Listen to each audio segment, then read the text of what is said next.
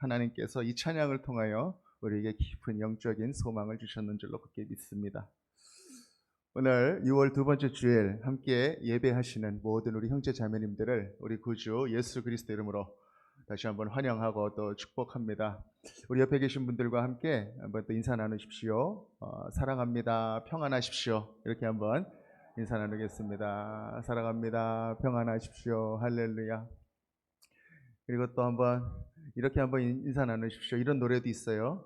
행복하자, 아프지 말고 이런 노래가 있는데 한번 옆에 있는 분들과 한번 이렇게 인사 나누십시오. 행복하십시오, 아프지 말고 이렇게 행복하십시오, 아프지 말고. 할렐루야. 네. 힘들고 어려운 상황 속에서도 예배의 자리를 찾고 우리 하나님께 예배하는 우리 모두를 우리 주님께서 굳건하게 붙드실 줄로 그렇게 믿습니다. 우리 하나님께서 함께 하실 것입니다. 오늘은 팔복 말씀 세 번째 마지막 말씀입니다. 복이 있을지어다. 팔복 세 번째 말씀, 이 제목으로 우리 하나님의 말씀 함께 나누도록 하겠습니다. 하나님을 알고 믿고 동행하는 사람들은 바로 복이 있는 사람들입니다. 팔복의 말씀은 율법적으로 복을 받기 위한 의무를 제시하는 그러한 말씀이 아니라 바로 우리에게 임해 있는 우리와 함께 하시는 하나님의 그 복으로 바로 초대하는 그러한 말씀입니다. 그래서 이미 이루어진 하나님 나라를 우리 가운데 선포하는 것이고 그렇게 살아가기로 결정한 제자들에게 그 나라를 확증해주는 그러한 말씀인 것이죠. 우리는 첫 번째 설교를 통하여서 세 가지 복의 모습을 먼저 나누었습니다. 바로 심령이 가난한 너희들아 천국이 너희들의 것이다. 복이 있구나 애통하는 너희들아 위로를 받을 것이다. 그리고 복이 있구나 온유한 너희들아 땅을 기업으로 얻을 것이다.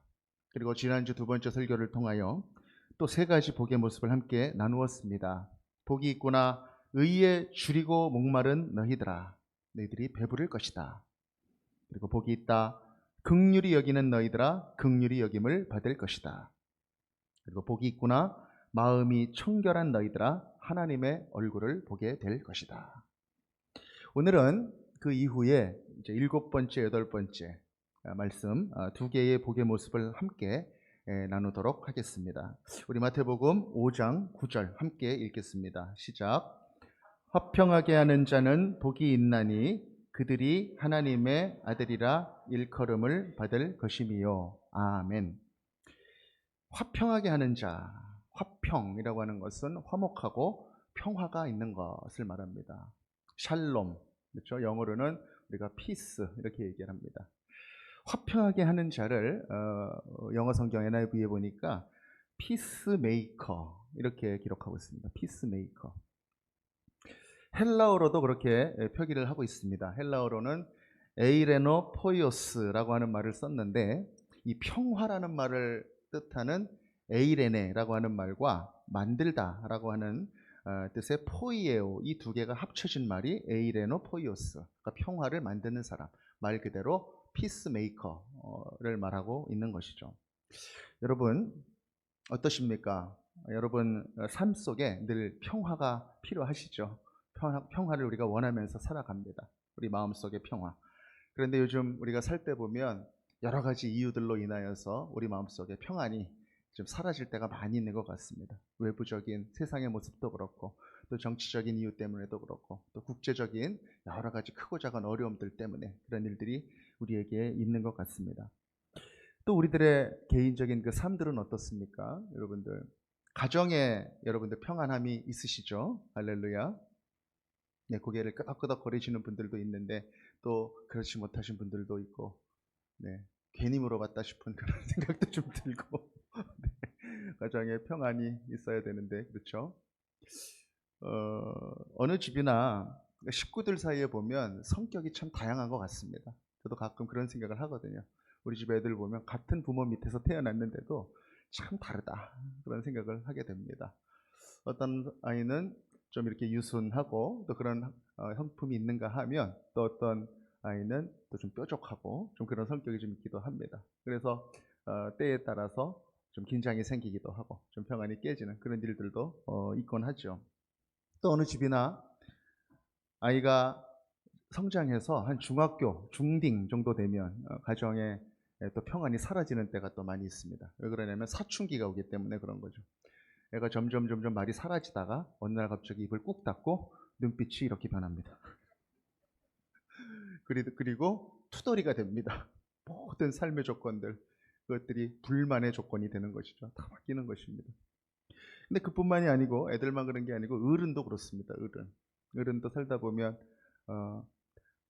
갱년기가 찾아오고, 사춘기보다 심하다고 하는 갱년기가 찾아오고, 또 권태기도 찾아오고, 그렇게 나이가 들면서 생기는 그러한 현상들이 또 있지요. 또 누군 그러시더라고요. 남자는 가면 갈수록 여자 호르몬이 많아져서 여성화되고, 여자는 가면 갈수록 남성 호르몬이 늘어나서 남성화돼서 부부가 점점 동성이 되어간다.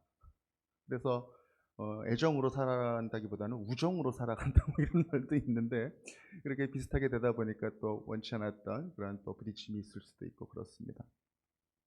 근데 나이가 드신 그 어른분들도 보면 나이가 들면서 또 이렇게 섭섭한 게 많아지는 그런 모습들도 좀 있곤 합니다. 그래서 어느 분이 또 그렇게 이야기를 하시더라고요. 어느 집안이나 꼭 한 명씩 있는 사람이 있는데 바로 누구냐면 삐돌이래요. 삐돌이. 그래가지고 이 집안에서 꼭 이렇게 잘 삐지는 그런 분들이 한 분씩 있다고 합니다. 네. 여러분들의 가정은 좀 어떠신지 모르겠습니다. 저도 삐돌이가 되면 안 될 텐데. 집안에 투돌이도 있고 또 삐돌이도 있고 그렇게 가정 안에 그런 사람들도 있지만, 또 가정 안에 한 분씩 꼭 있는 그런 분들이 있습니다. 바로 그런 분들이 누구냐면 평화를 만드는 분들입니다. 평화를 만드는 분들. 피스메이커입니다. 피스메이커. 제가 보니까 어느 집안이나 이렇게 평화를 만드시는 분들이 꼭 한 분씩은 있습니다. 아주 섭리인 것 같아요. 하나님의 섭리. 그분이 그 가정에 없으면 그 가정이 깨질 것 같으니까 그분을 그 가정에 두어서 모든 것들을 포용하고 이렇게 안고 헤아려 줄 수 있는, 그래서 그 가정의 평화가 유지되고 축복이 유지되는 그러한 사람이 꼭 있다라고 하는 것이죠. 그분들의 특징은 어떤가? 희생하는 분들이고 또 챙겨주는 분들이고 또 헤아려주는 그러한 마음을 가진 그런 분들이다라고 하는 것입니다. 친구들 모임 사이에서도 그렇습니다. 친구들 모임 사이에서도 보면 어떤 친구가 있으면 그 모임이 아주 이렇게 평화가 유지되고 기쁨이 넘치는 그런 친구들이 또 있습니다. 대면대면했던 그 관계도 그 친구가 가면 이렇게 좋아지는 어떤 그런 관계가 있죠. 피스메이커입니다. 그런데 또 그 정반대의 사람도 있죠. 피스 브레이커. 좋았던 사람들도 그 사람만 가면 뭔가 이렇게 사이가 벌어지는 어떤 그런 일들도 있다는 것이죠. 우리가 이 피스메이커라고 하는 것, 이 피스메이커가 우리의 삶 속에 다 필요합니다. 모든 우리의 삶의 구석구석에 평화를 만드는 사람들이 필요하다라는 것이죠. 왜냐하면 우리의 삶 속에 평화가 필요하기 때문에 그렇습니다. 우리의 삶에 꼭 있어야 되는 이 화평, 이 평화의 모습은 어떤 모습인가? 우리가 말씀을 의지해서 한 4가지 정도로 우리가 살펴볼 수 있습니다. 우리 삶에 꼭 필요한 화평. 첫 번째는 하나님과 사람 간의 화평입니다. 하나님과 사람 간의 화평. 하나님과 인간은 죄 때문에 갈라져 있는 그런 관계입니다. 그래서 화평이 사라져 있는 그러한 관계입니다. 우리 이사야 59장 1절에서 2절 함께 읽도록 하겠습니다. 시작.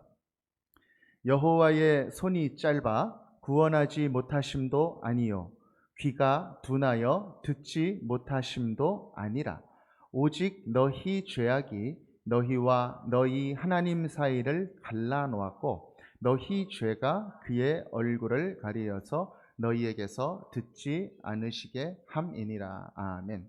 갈라지고 얼굴을 가리고 듣지 않는 관계, 평화가 깨져 있는 그런 관계입니다. 그런데 이 깨진 관계를 하나로 이으신 분, 그분이 바로 우리 예수님이다라고 하는 것이죠. 갈라진 그 두 관계를 잇는 다리가 되신 것입니다. 첫 번째, 하나님과 사람 간의 화평. 두 번째는 사람 마음 속에 있는 화평입니다. 사람의 내면에 있는 그 속사람이 갈등을 겪는 것, 그래서 평화가 깨진 것, 그 화평이 우리에게 필요한 것이죠. 로마서 7장 22절에서 24절은 이렇게 이야기합니다. 제가 읽겠습니다. 내 속사람으로는 하나님의 법을 즐거워하되 내 지체 속에서 한 다른 법이 내 마음의 법과 싸워 내 지체 속에 있는 죄의 법으로 나를 사로잡는 것을 보는도다. 오호라, 나는 곤고한 사람이로다. 이 사망의 몸에서 누가 나를 건져내랴.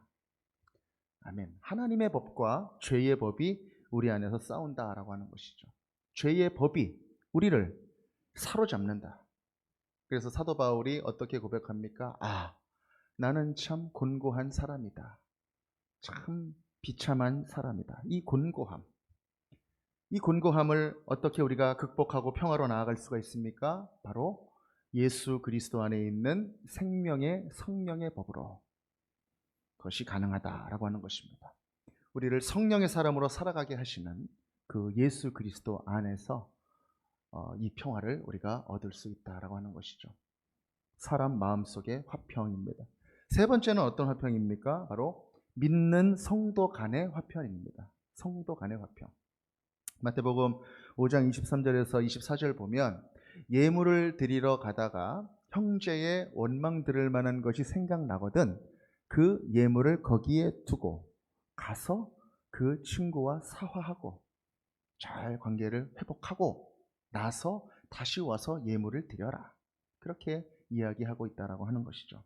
바로 그렇게 형제 간에 성도 간에 깨져 있는 관계가 있다면 화평으로 이렇게 화해하여야 한다라고 하는 것이죠. 그리고 네 번째 관계는 무엇이냐면 바로 모든 사람 간의 화평입니다. 모든 사람 간의 화평. 로마서 12장 18절은 이렇게 말하고 있습니다. 할 수 있거든 너희는 모든 사람과 더불어 화목하라. 그렇게 이야기하고 있습니다. 모든 사람과 더불어. 히브리서 12장 14절도 그렇게 말합니다. 모든 사람과 더불어 화평함과 거룩함을 따르라. 모든 사람들과. 그러니까 믿지 않는 그런 사람들과 어울려 살아가는 그 삶 속에서도 가급적이면 화목하게 지내라라고 하는 것이죠. 중요한 것은 우리가 네 가지 화평이 필요한 이 관계들과 화평의 장소 속에서 첫 번째 화평, 하나님과 그 인간 사이에 있는 그 죄로 인한 그 화평, 그것이 깨어지게 되면 다른 화평들은 자동적으로 깨어지게 되어 있다라고 하는 것입니다. 죄의 문제가 해결되지 않고 죄가 우리 가운데 있게 되면 다른 그 죄가 분리시키는 그 다른 그 모든 관계들은 함께 깨질 수밖에 없는 그러한 삶이 된다라고 하는 것입니다. 이 죄의 능력을 결박시키시고 승리하신 분이 누구신가? 바로 하나님의 아들 예수 그리스도이시다라고 하는 것입니다. 그분이 모든 갈라짐과 분열을 다시 이어주셨고 또 불화를 화목케 하시는 바로 그러한 사역을 하셨다라고 하는 것입니다. 화목하게 하신 그 예수 그리스도. 오늘 팔복의 7번째 말씀, 화평하게 하는 자는 하나님의 아들이라 일컬음을 받는다. 그렇게 이야기하였습니다. 이 화평하게 하는 자는 하나님의 아들이라 일컬음을 받는 이유는 무엇인가? 바로 이렇게 화평하게 하는 자, 바로 그분이 하나님의 아들 예수 그리스도이시다라고 그리스도이시기 때문에 그런 것입니다. 피스메이커, 평화를 만드는 사람은 바로 예수 그리스도의 모습을 닮은 사람이기 때문에 그렇다라고 하는 것이죠.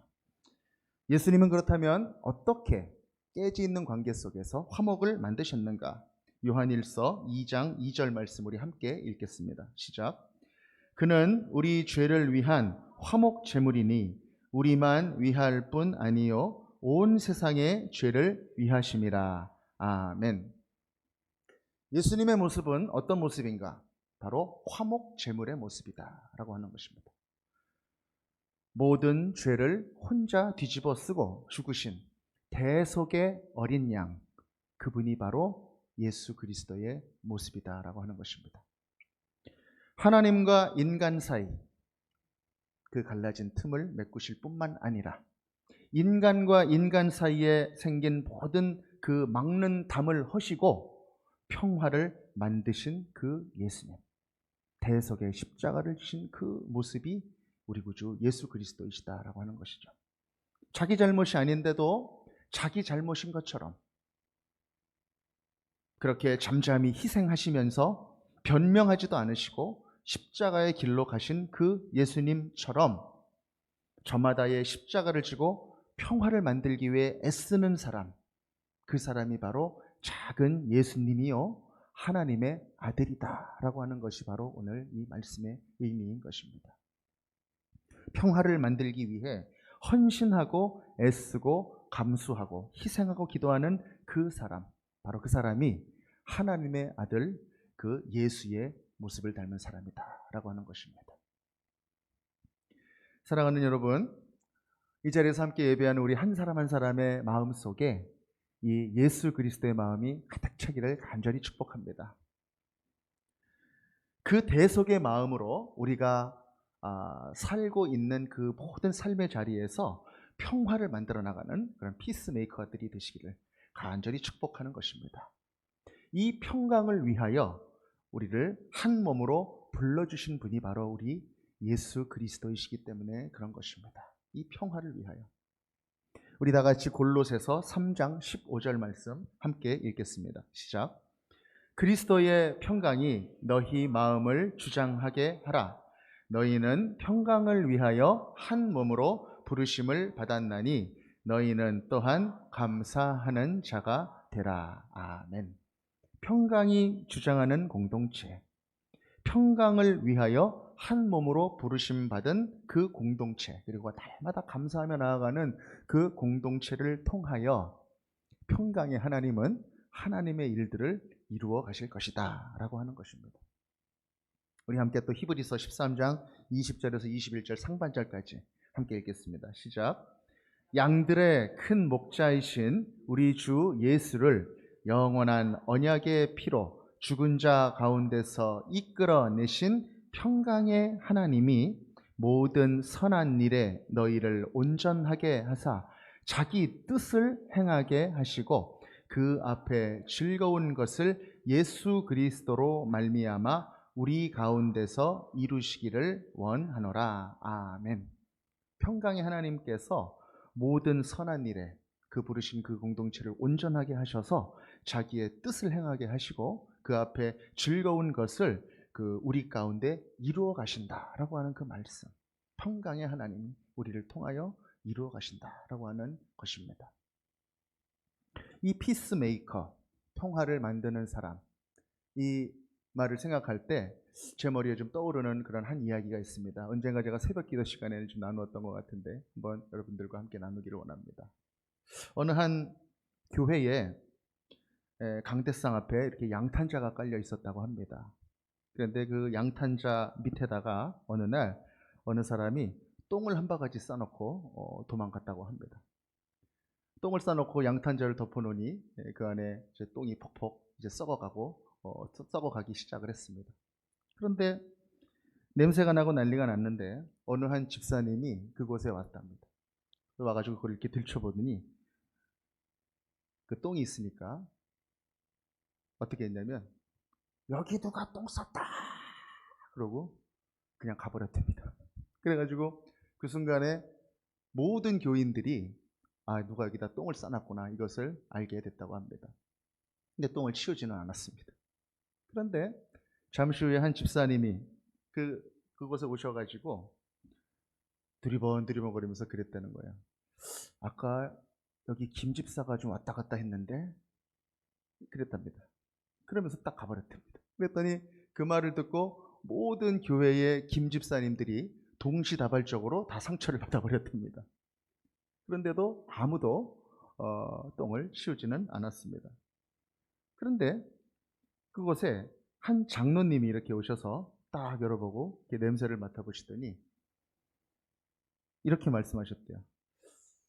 이 똥을 싼 원인은 무엇이고 재발 방지를 위해서는 우리가 함께 모여서 회의하고 세미나를 해야 되겠습니다.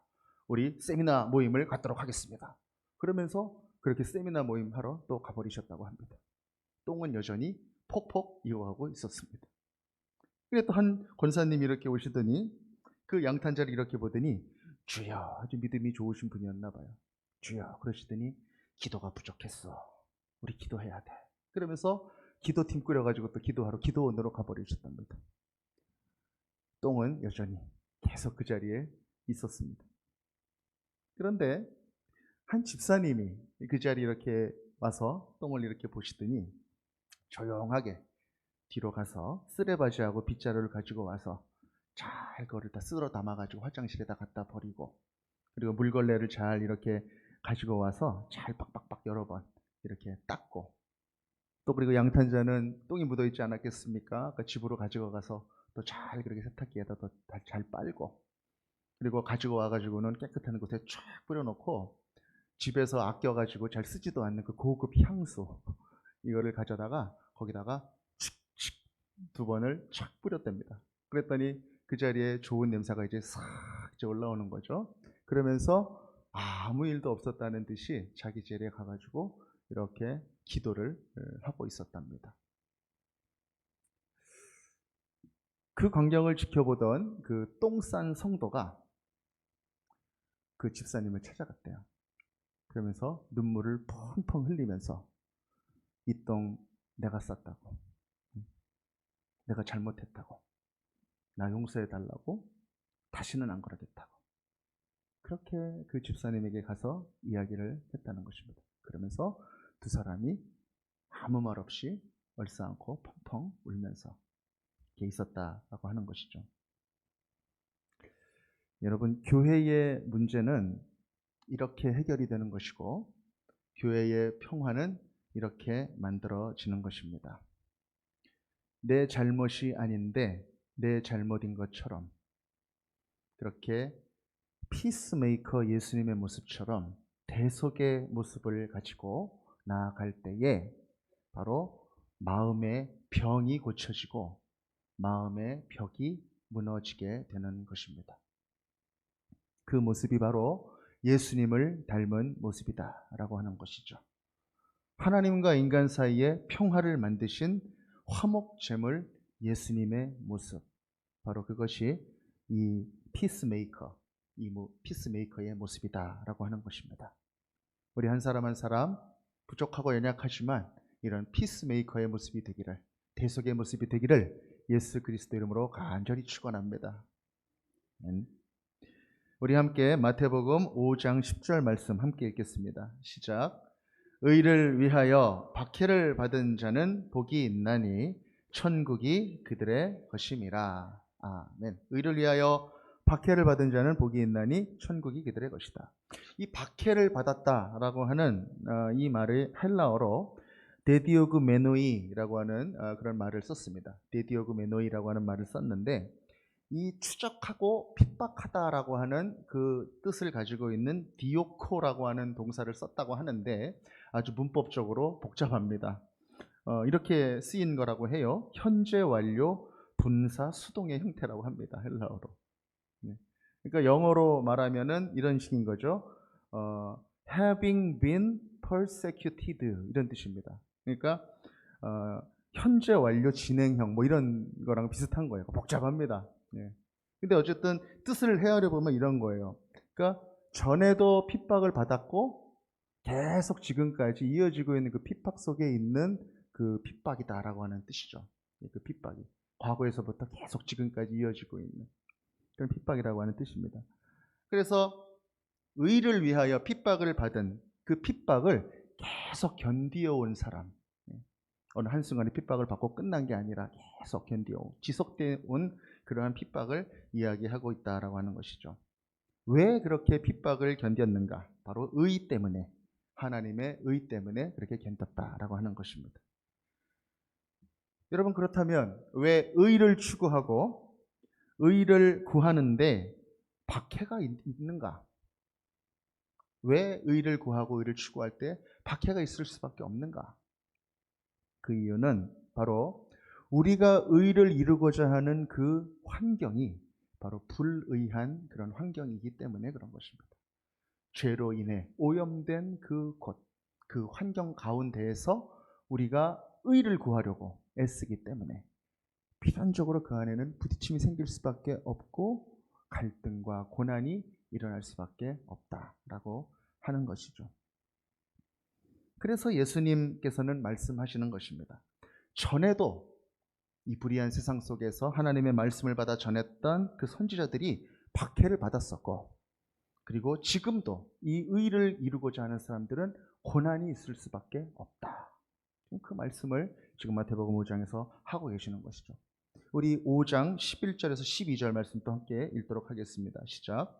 나로 말미암아 너희를 욕하고 박해하고 거짓으로 너희를 거슬러 모든 악한 말을 할 때에는 너희에게 복이 있나니 기뻐하고 즐거워하라. 하늘에서 너희의 상이 큼이라. 너희 전에 있던 선지자들도 이같이 박해하였느니라. 아멘. 언제든지 예수 그리스도의 의를 이루려고 하는 사람이라면 그 사람은 욕을 먹고 박해를 당하고 고난을 맞게 된다. 옛날에도 그랬고 지금도 그랬다. 예수님이 그렇게 말씀하시는 것입니다. 그러나 기뻐하고 즐거워하여라. 하늘에서 그 사람들을 위한 상이 크다. 의를 위해서 핍박받고 욕을 받고 박해받는 그 모습을 하나님께서는 그냥 지나치지 않으신다는 것입니다. 하나님께서 바라보신다는 것입니다. 그리고 하나님께서 기뻐하시는 일이다. 상 주시는 일이다. 이렇게 말씀하는 것입니다. 마태복음 16장 24절에서 25절까지는 예수님께서 이렇게 말씀하셨습니다. 누구든지 나를 따라오려거든 자기를 부인하고 자기 십자가를 지고 나를 따를 것이다. 그렇게 말씀하셨습니다. 무슨 뜻입니까? 지금 내가 예수님을 쫓아가고 있느냐 쫓아가고 있지 않느냐라고 하는 그것을 바라보는 또 하나의 기준은 나에게 십자가가 있느냐 없느냐, 그것이 하나의 기준이 된다라고 하는 것입니다. 예수님은 이 말씀을 하시고 마태복음 17장 22절에서 곧바로 이렇게 말씀하십니다. 인자가 사람들 손에 넘겨져서 죽임을 당하게 될 것이다. 예수 그리스도의 고난, 그것을 곧바로 말씀하시는 것입니다. 예수 그리스도가 이루실 그 의는 바로 이 고난을 위해서 이루어질 것이다. 그리고 그 예수를 쫓아가려고 하는 자들은 자기의 십자가를 지고 쫓아가야 한다. 이렇게 이야기를 하시는 것이죠. 우리 교회에 오셔서 말씀을 또 전해주셨던 우리 은사, 우리 이덕주 교수님의 말씀을 또 기억하게 됩니다. 그런 말씀을 하십니다. 한국 교회사에서 복음을 열심히 전했던 교회들을 보면 하나같이 핍박을 받지 않은 교회가 없다라고 하는 것입니다. 다 핍박을 받았고 위기를 겪었고 그랬다라는 것이죠. 내가 복음의 의를 이루고 있는가 그렇지 않은가, 그것을 바라보는 기준은 바로 무엇인가? 바로 나에게 고난이 있는가 없는가, 그것이 하나의 기준이 된다라고 하는 것입니다. 그러므로 내가 정말 예수 그리스도의 의를 구하고 갈망하고 구하고 있다면 고난은 당연한 것이다. 그렇기 때문에 우리가 신앙생활을 하고 피스메이커의 역할을 하고 열심히 살아가려고 하는데 고난이 있느냐 없느냐가 내가 포기를 하느냐 마느냐의 기준이 되지 않는다는 것입니다. 내가 의를 구하고 있느냐 그렇지 않느냐라고 하는 기준으로 우리는 바라보아야 한다라고 하는 것이죠. 그러나 우리의 삶은 어떻습니까? 우리는 예수님의 의를 구하지만 언제까지만 그렇습니까? 고난이 오기 전까지만 그렇게 합니다. 힘든 일이 예상되고 내가 자신 없는 그런 상황이 생기면 그냥 거기까지 우리는 그렇게 합니다. 그리고 우리는 언제까지만 예수님의 뜻을 쫓아갑니까? 우리의 자아가 상처받지 않을 때까지, 내가 인정받고 내가 칭찬받고 내 자존심이 상하지 않을 때까지만 예수 그리스도의 의를 쫓아가곤 하는 것입니다. 그러나 지금 예수님께서는 핍박받고 고난받는 그 모습이 의를 이루려고 하는 사람의 당연한 모습이고 그것을 끝까지 견디기를 원하고 계신다라고 하는 것입니다. 우리 함께 마태복음 10장 22절 말씀 함께 읽겠습니다. 시작. 또 너희가 내 이름으로 말미암아 모든 사람에게 미움을 받을 것이나 끝까지 견디는 자는 구원을 얻으리라. 아멘. 내 이름으로 말미암아 모든 사람에게 미움을 받을 것이나 끝까지 견디는 자는 구원을 얻게 될 것이다. 의와 고난은 함께 간다. 그것을 끝까지 견뎌라. 그렇게 말씀하시는 것입니다. 우리가 사랑하는 성경에 또 책이 있죠. 사도행전입니다. 사도행전. 여러분, 사도행전은 참 신나는 복음 전파의 이야기입니다. 성령 강림 이후에 교회가 형성이 된 것, 그리고 폭발한 것, 그리고 전파된 것, 그리고 아름답게 이방 땅에 세워지고 부흥이 이루어지게 된 그 신나는 이야기를 기록한 것이 바로 사도행전입니다.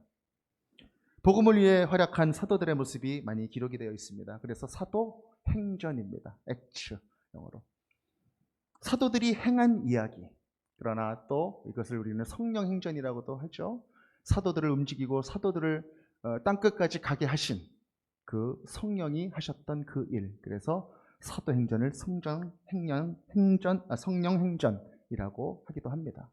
그런데 여러분, 이 신나는 스토리가 사실은 고난에 대한 기록으로 가득 차 있는 그런 스토리다라고 하는 것을 여러분 아십니까? 고난행전이라는 것입니다. 고난행전. Acts of Suffering. 바로 고난행전이라고 하는 것이 이 사도행전의 의미다. 오순절에 성령을 받고 변화된 사도들, 그 중에 베드로가 오순절 설교를 한 직후에 베드로는 어떻게 되었습니까? 종교 지도자들에게 의해서 핍박을 받고 옥에 갇히게 되었습니다. 그리고 초대교회 집사 스데반은 7장에서 그 종교 지도자들과 유대인들에게 설교를 한 이후에 돌팔매질을 당해서 죽게 되는 그러한 핍박을 받게 되었던 것이죠. 그래서 초대 예루살렘 교회의 성도들은 어떻게 됐습니까? 교회가 깨지고 뿔뿔이 흩어져서 사방으로 흩어지게 되는 그러한 아픔과 고통이 있었다라고 하는 것입니다.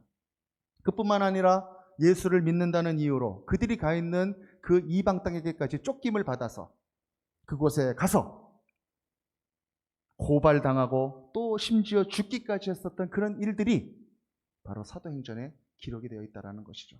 바로 그런 일들을 했던 사람이 누굽니까? 바로 사울이었던 것입니다.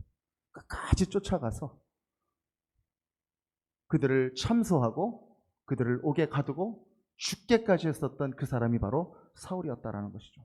그러나 성령은 어떻게 했습니까? 이 사울을 스톱시키고 예수 그리스도가 만나 주셔서 그 복음을 위해 온 땅에 전하러 다녔던 그 사람으로 삼으셨던 것이죠. 그렇게 변화된 사울의 삶은 어떤 삶이었습니까? 역시 고난의 삶이었던 것입니다. 옥에 갇히고 매를 맞고 40에서 감한 매를 5번이나 맞고 채찍으로 맞고 돌로 맞고 풍랑도 만나고 강로도 만나고 헐벗고 굶주리고 목마르고 마침내 로마에서 목이 잘려 순교하게 되는 그러한 고난까지 당했던 사람이 바로 사도 바울입니다. 사도행전 23장 이후에는 어떤 말씀들이 기록되어 있습니까? 바로 이 사도 바울이 구금이 되어서 잡혀서 재판을 받으러 로마에까지 끌려가는 그 과정, 옥에 갇혀서 그래도 그 안에서 복음을 전하는 그러한 모습이 사도행전의 뒷부분에 기록이 되어 있는 것입니다. 바로 사도행전은 고난행전, 끝까지 고난행전인 것이죠. 그러나 이 사도 바울은 그가 당하는 이 고난을 당연한 것으로 여겼던 것입니다. 우리 함께 골로새서 1장 23절 하반절부터 24절까지 말씀 함께 읽겠습니다. 시작. 이 복음은 천하 만민에게 전파된 바요 나 바울은 이 복음의 일꾼이 되었노라. 나는 이제 너희를 위하여 받는 괴로움을 기뻐하고 그리스도의 남은 고난을 그의 몸된 교회를 위하여 내 육체에 채우노라. 아멘. 나는 복음의 일꾼이 되었다. 그리스도의 남은 고난을 내 육신에 채운다. 그리고 너희를 위하여 받는 그 괴로움을 기뻐한다. 그렇게 고백하고 있는 것입니다. 그리고 사랑하는 아들 같은 그 제자 디모데에게 또 사도 바울은 이렇게 편지글을 통해서 말합니다. 디모데후서 1장 8절 말씀 함께 읽겠습니다. 시작. 그러므로 너는 내가 우리 주를 증언함과 또는 주를 위하여 갇힌 자 된 나를 부끄러워하지 말고 오직 하나님의 능력을 따라 복음과 함께 고난을 받으라. 아멘. 하나님의 능력을 따라 복음과 함께 고난을 받으라.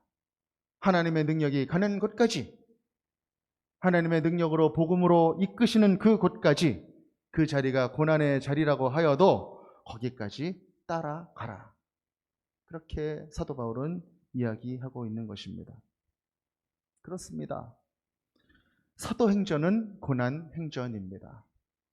그러나 어느 누구도 이 사도행전을 고난으로 끝나버린 그 책이다, 그렇게 이야기하지 않습니다.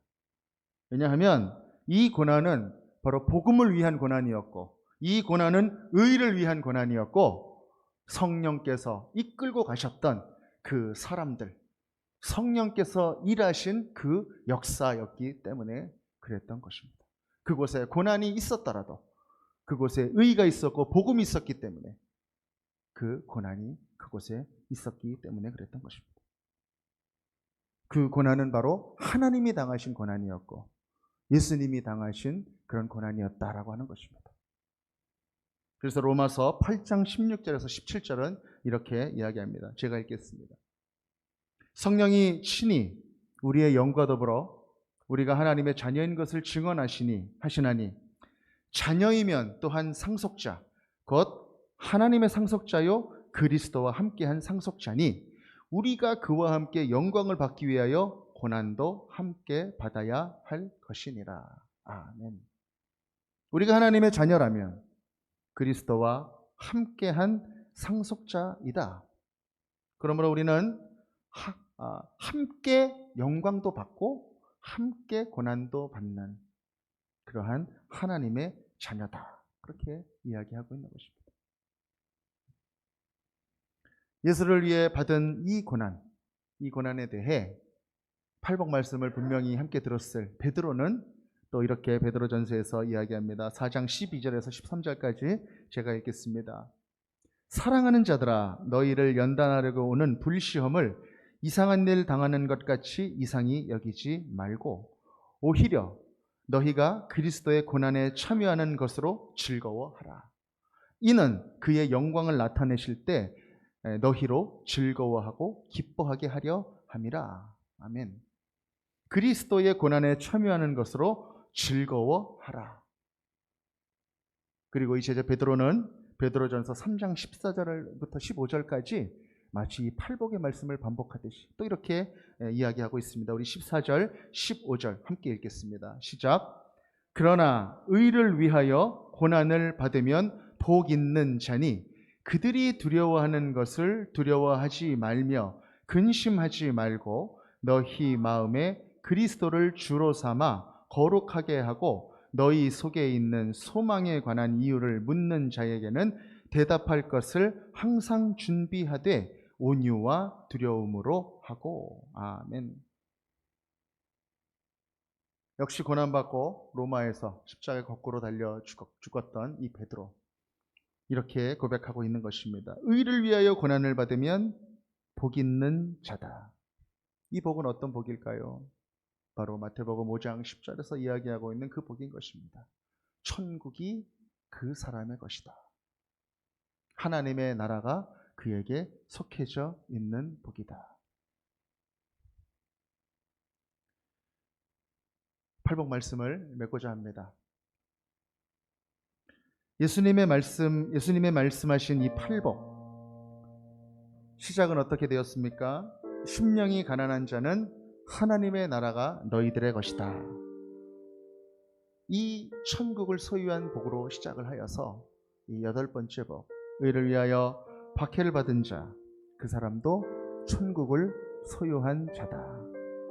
천국을 소유하고 천국을 소유한 자로서 그 복으로 마무리를 하고 있는 것이죠. 팔복은 하나님의 나라를 소유한 사람들이 누리는 그런 복인 것입니다. 하나님의 은혜로 이 땅에 오신 예수 그리스도를 믿고 따르는 사람들에게 펼쳐진 그 하나님의 나라, 그 복이 바로 팔복의 복인 것이죠. 그 복이 마음이 무너진 우리들에게, 애통하는 우리들에게, 그리고 그래서 마음이 온유해질 수밖에 없었던 우리들에게 있습니다. 그리고 의를 갈급하고 또 남들을 긍휼하게 여기며 청결한 마음으로 평화를 만들고 또 의를 이루기 위하여 핍박받고 있는 모든 이들에게 이 복이 있다라고 하는 것입니다. 그것이 바로 팔복의 선포요, 우리에게 주시는 하나님의 위로요, 하나님의 능력인 것입니다. 여러분, 하나님이 우리와 함께 하십니다. 하나님의 복이 우리 가운데 있습니다. 예수님이 우리와 함께 하십니다. 우리와 함께 계시는 성령께서 그 모든 것들을 깨닫고 깊이 고백하게 하실 것입니다. 하나님을 믿고 알고 동행하면서 그분의 다스리심 속에 살아가는, 그래서 그분이 우리에게 허락하시고 선포하신 그 하늘나라의 복을 받아 누리며 살아가는 우리 사랑하는 모든 제기동 서울중앙교회 형제 자매님들이 되시기를 우리 구주 예수 그리스도 이름으로 간절히 축복합니다. 아멘.